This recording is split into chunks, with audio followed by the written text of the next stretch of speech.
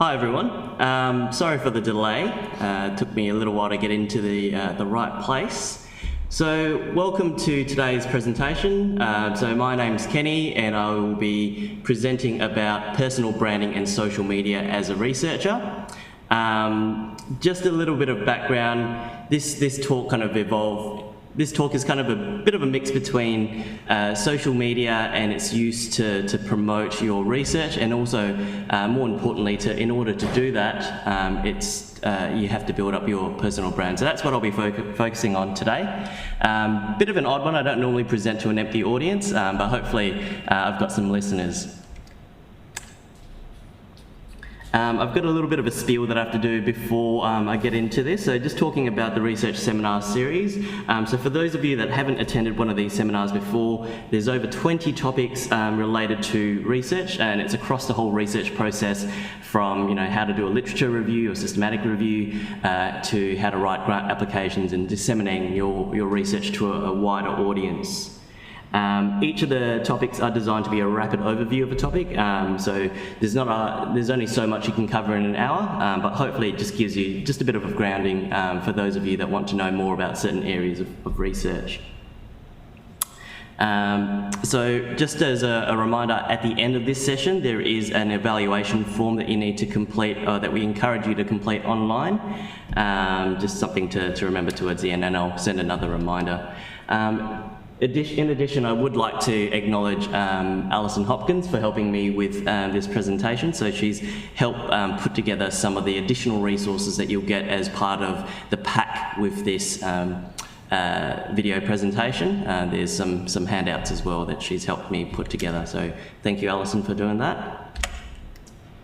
Also would like to make an acknowledgement to country. So the University of Western Australia, which is where I mainly work, acknowledges that its campus and this event today is situated on Noongar land, and that Noongar people remain the spiritual and cultural custodians of their land and continue to practice their values, languages, beliefs and knowledge. We pay our respects to their elders past, present and future.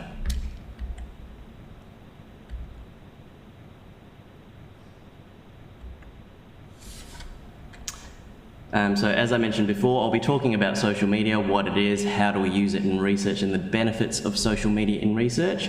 And we'll also be talking about how you get started in terms of starting social media, and more importantly, building your personal brand. So just a little bit about me. So I'm a senior lecturer at the University of Western Australia. I also work in general practice a day a week, which is a little bit different for pharmacists. So there's only a few of us in the state where we're actually situated inside a medical practice in a non-dispensing role.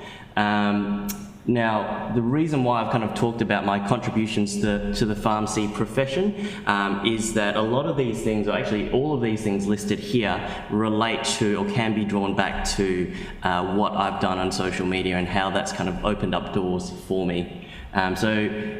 Beyond just using social media for research purposes, using social media for your actual professional branding and your professional career. Just as an example, so I was on the Early Career Pharmacist Working Group both in Western Australia and in Tasmania. I've contributed to the current Code of Ethics for Pharmacists. I was a clinical reference lead for the Australian Digital Health Agency, and one of the projects that I worked on is e-prescriptions, which is hopefully coming out sometime this year, very soon. I was part of the working group for the development of the My Health Record Guidelines for Pharmacists, and I'm currently contracted to the Pharmaceutical Society of Australia and the Australian Digital Health Agency to help scope out secured messaging and incident reporting for pharmacists and decision support. So all of these things that I've done can be linked back to social media, and I'll explain why and how. So back in 2011, when I was an intern pharmacist, I created just a Facebook group for pharmacists, recognising that when we're busy health professionals, it's really hard to keep up to date with everything within our field. So I thought if we create a community for pharmacists in an informal setting and encourage people to share evidence-informed or evidence-based information, that helps us grow collectively. So since then I've got about 1,250 members that are upper registered Western Australian pharmacists and interns. Because of that, because of my involvement with this, that led to my involvement to being asked to join the Early Career Pharmacist Working Group, and from that I had other opportunities that I was afforded. Another one being the We Pharma Oz. So at We Pharma Oz is an online Twitter community where pharmacists from all over Australia get together on scheduled discussions on Twitter to discuss certain topics. And I was approached by a colleague in Victoria to join this movement because they heard what I had done in Western Australia with that group. On top of that, I run some news, or Twitter news pages, and that was something that I learnt from working with colleagues at the We Pharma Oz community.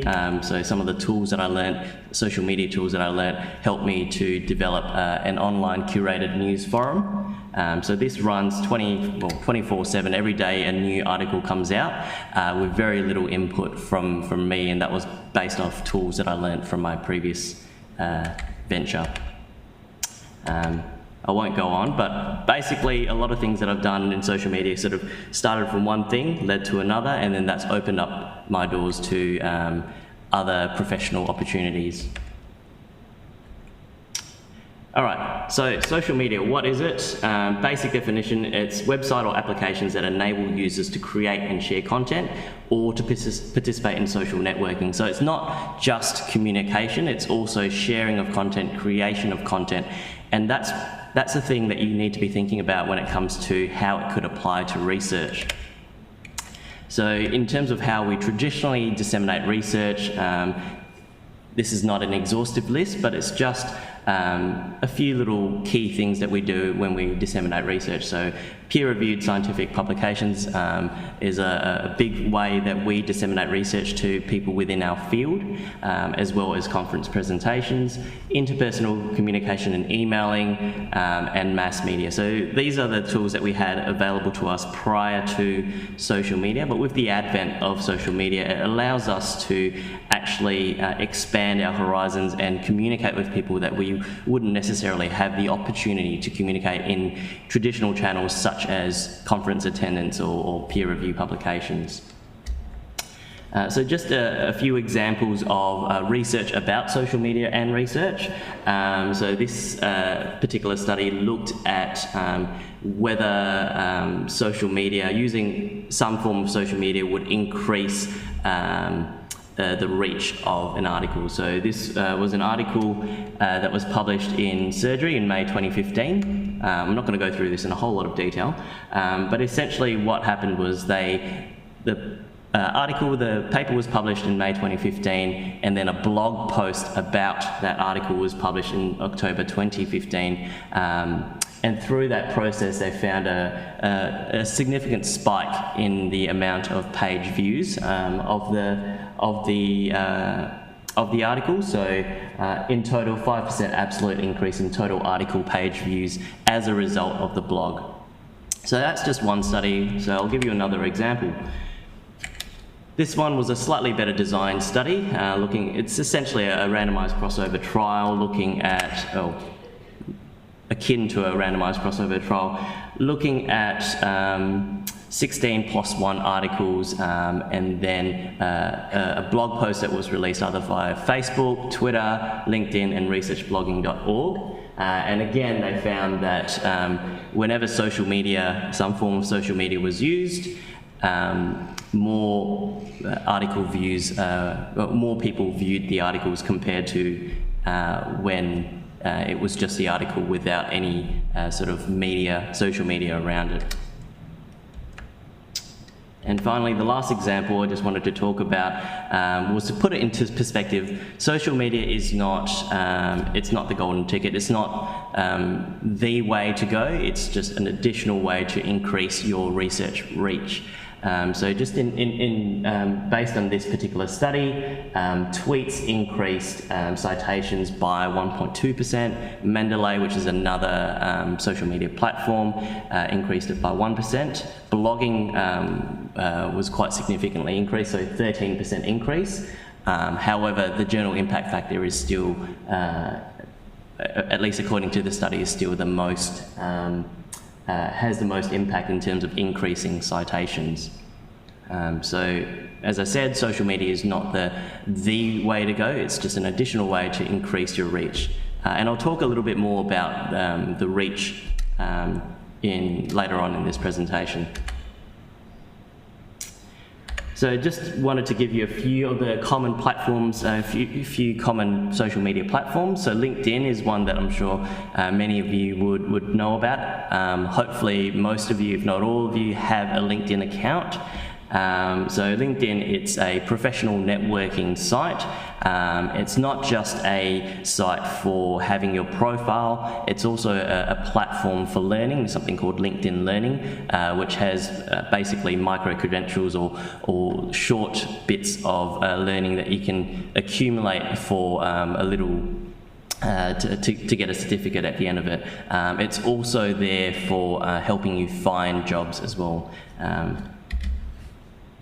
Twitter, hopefully most of you are aware of Twitter as well. It's a micro-blogging platform, so it allows 140 to 280 characters. So just very short summaries of, or short thoughts that you'd like to post out, and you have the option to share it to everyone in the world, so it can be publicly accessible.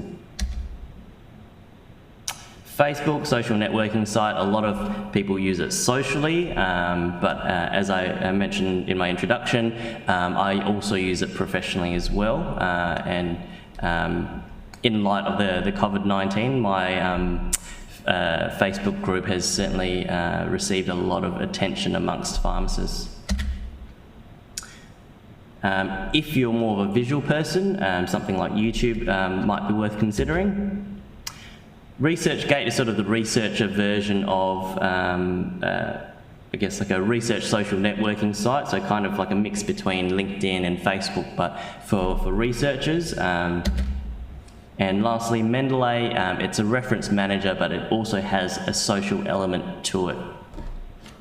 So these are just some of the platforms. I'm not recommending that you use all the platforms or one over the other. It's just depending on your personal preference, what you're comfortable with, and also strategically what people in your research area are using. So if a lot of people are using Twitter within your field, then it's a good idea to get onto Twitter, learn how to use Twitter, and to maximize the use of Twitter. Rather than talking about myself, I'm going to talk about one of my colleagues. So this is Melinda Boss. She's a senior research fellow at the University of Western Australia and also a PhD candidate, and she leads the LACTA research group. And this is just an example of how a LinkedIn profile can look for a researcher.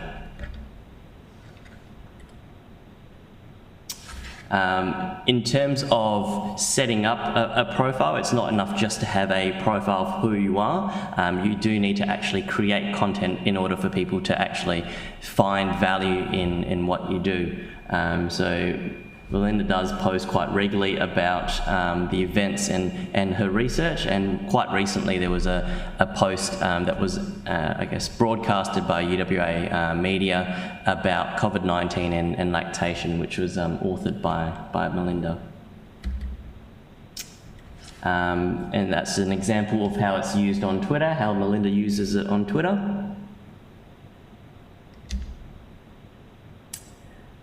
One thing that you might have noticed is there's a consistency between the platforms and also between her personal profile and also her research group. So LACTA research,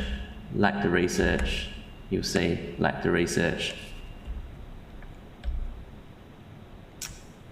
And given that part of the LACTA research group involves, or a large part of it involves breastfeeding mothers, Facebook being a more social platform is a suitable platform to use as part of the social media channels.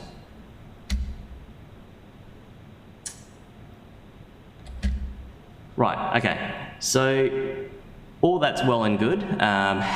Using social media is good to, I guess, further improve your research reach, but in order for people to actually look and notice your research, you need to have a brand. So step one is to actually have a brand for yourself. Everything that we do online, so if we have a Facebook page, a Twitter page, no matter if it's professional or personal, that is your brand, that is your online persona. So you can actually take control of that brand, and you can make sure that people see you for what you want them to see you. Obviously that needs to align with who you truly are. If you try and create a fake persona that's completely different to who you are as a person, it's going to be very hard to maintain that authenticity throughout all your social media channels. So step one is to create a brand for yourself. Step two is to make connections, and step three is to grow your connections. And I'll talk about this more in the next few slides. So in terms of creating a brand, having a consistent profile photo across all your platforms help people to recognize you. So if you have one photo of yourself, out on the weekend having drinks with mates, and another photo of yourself being very professional, it's very hard for someone looking at that to know who you truly are. So yes, you can still have your personal profile, but if you want your brand to show, if you want your professional brand to come through, then you have to be strategic about your privacy settings and making sure that people only see what you want them to see. In terms of using a professional photo, just make sure that you're using the same or a similar one across all your professional social media platforms. In terms of what photo you choose, where possible, and without putting too many details in the background, choose a photo that represents you as a researcher. So if you're a lab-based researcher, having a photo of you in your lab gives that image, just from the photo itself, sets the scene for who you are as a researcher. In terms of the keywords that you use in your profile, again, be very strategic about that. Think about what keywords are relevant to your audience, and use those keywords consistently across the platforms that you choose. So I'll just give you a quick example of mine. Hopefully the internet's going to work.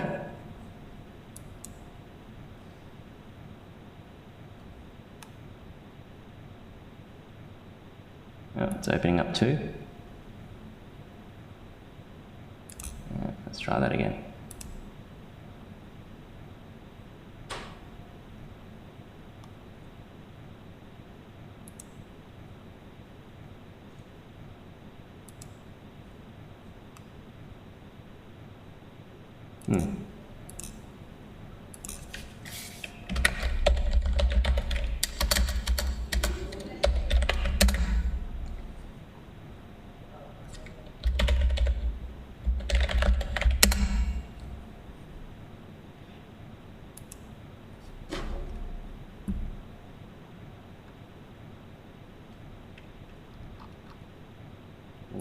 Let's go with.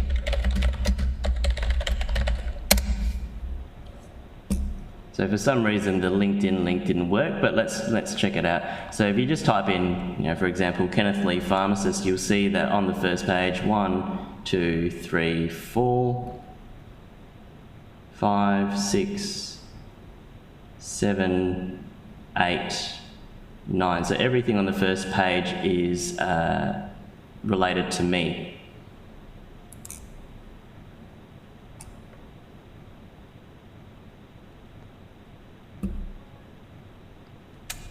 Doesn't want to work today, but that's okay.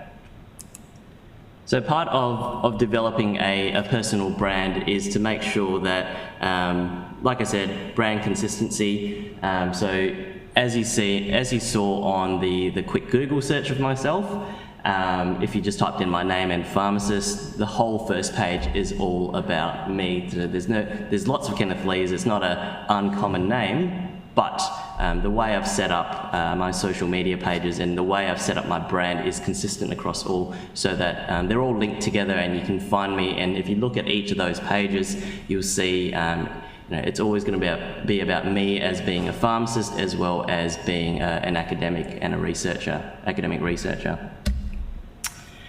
In terms of making connections,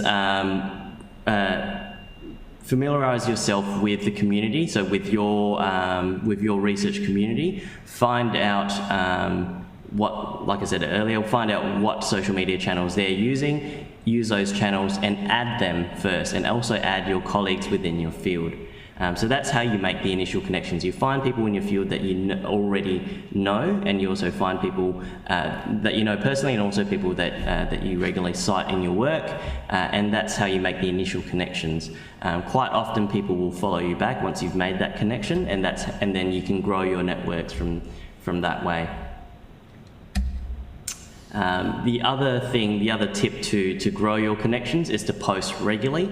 So as I gave the example earlier of my colleague Melinda, she posts quite regularly about things either related to her research or things within her research area.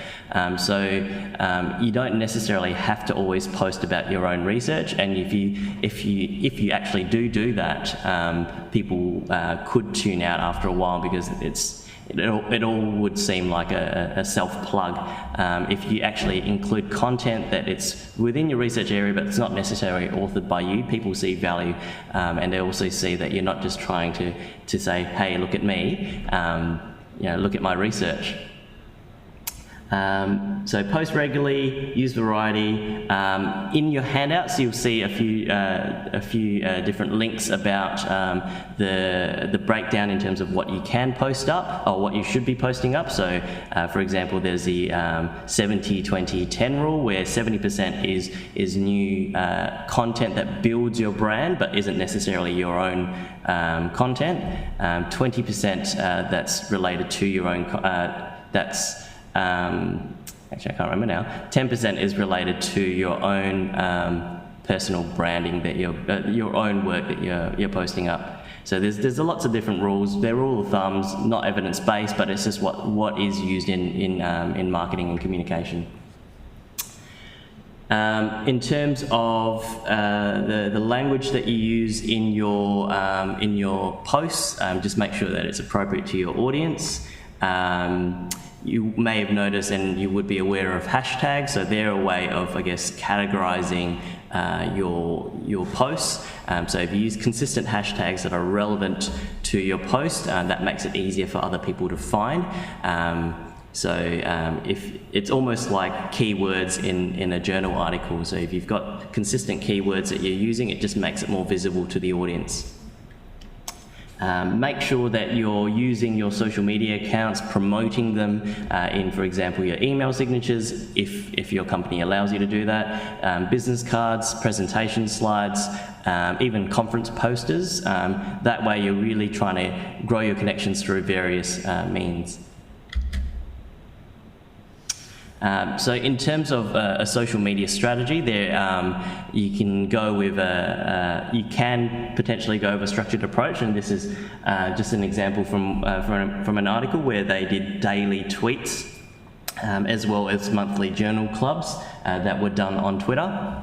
So that's one way to really grow your connections and really grow your research.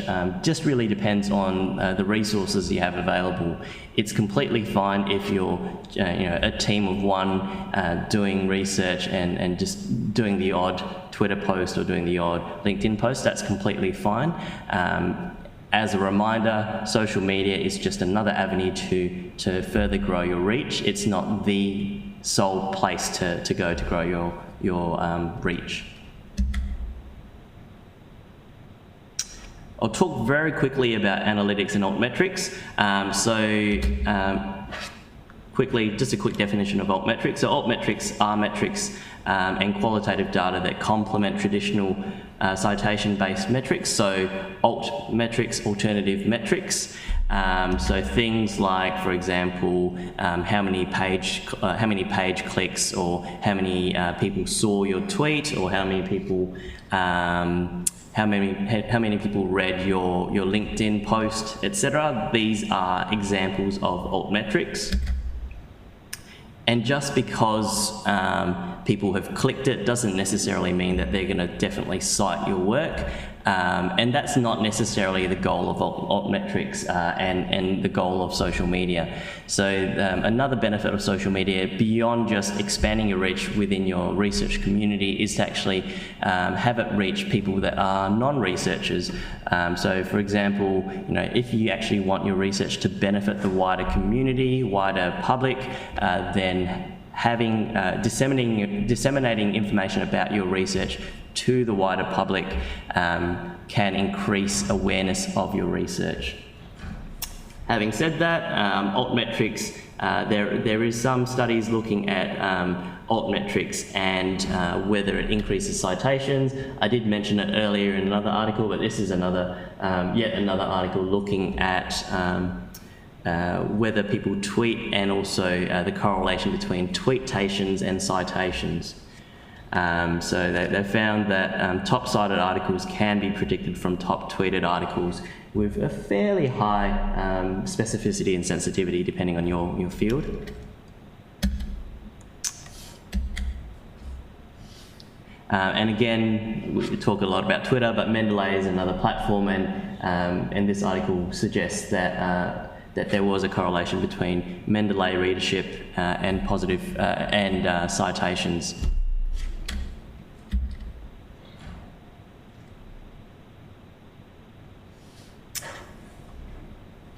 I won't talk about that because I think I've already talked about it quite a few times. So basically, the point that I wanted to make here was that altmetrics, it's not sufficient to rely solely on social media to disseminate your research.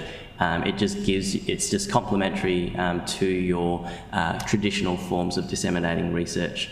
And the metrics associated with social media, so the altmetrics, again, they complement your traditional metrics such as citations.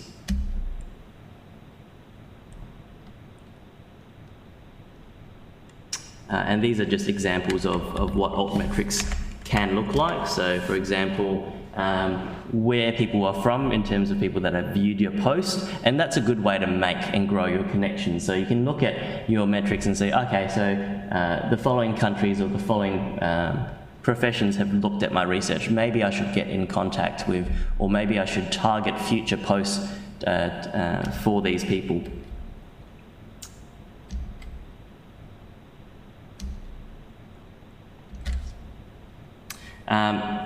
So a little bit tricky to present to an empty audience. Don't quite know your experiences with social media.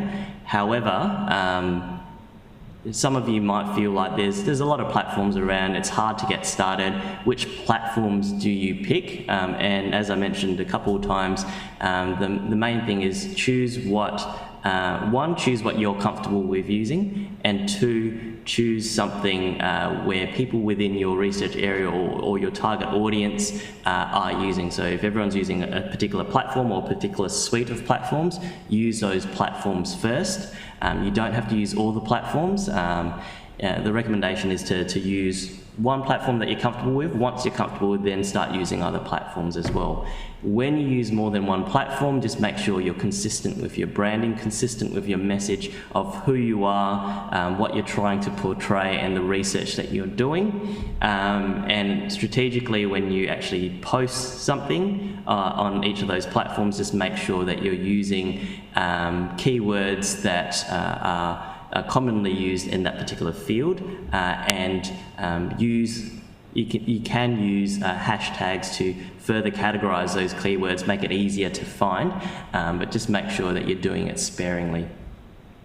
The danger or perceived danger of social media is that if you post something inappropriate or post something that you weren't meant to post, it's there forever. And part of that is true. Sometimes you can quickly remove it before anyone sees it, but chances are, and depending on how many followers you have or how many people are connected, you're connected with on social media, if you're posting something, one way to make sure that you're posting something that you want to post is to review the social media policy for your actual institution. That way you know exactly what the do's and don'ts are for your institution or for your profession before you actually do it. And then choose a certain time of day that you're posting your content. So probably not a good idea to post it first thing in the morning when you're half awake and you're not really thinking clearly. So a tip would be to choose a certain time where you're actually spending time, setting aside time to grow your social media brand or to grow your personal brand online. In terms of how to fit it with your daily schedule, everyone's different. Some people have a lot to say and they have a lot to say every day, and they like to spend certain times of the day I guess writing. Then for people that are like that, then then it's quite easy to fit into your daily schedule. For me, I guess in terms of my daily schedule, it's a bit random. It's not as structured as some other people. So what I do is I use digital tools to author content. So for example, let's see if we can actually show you an example.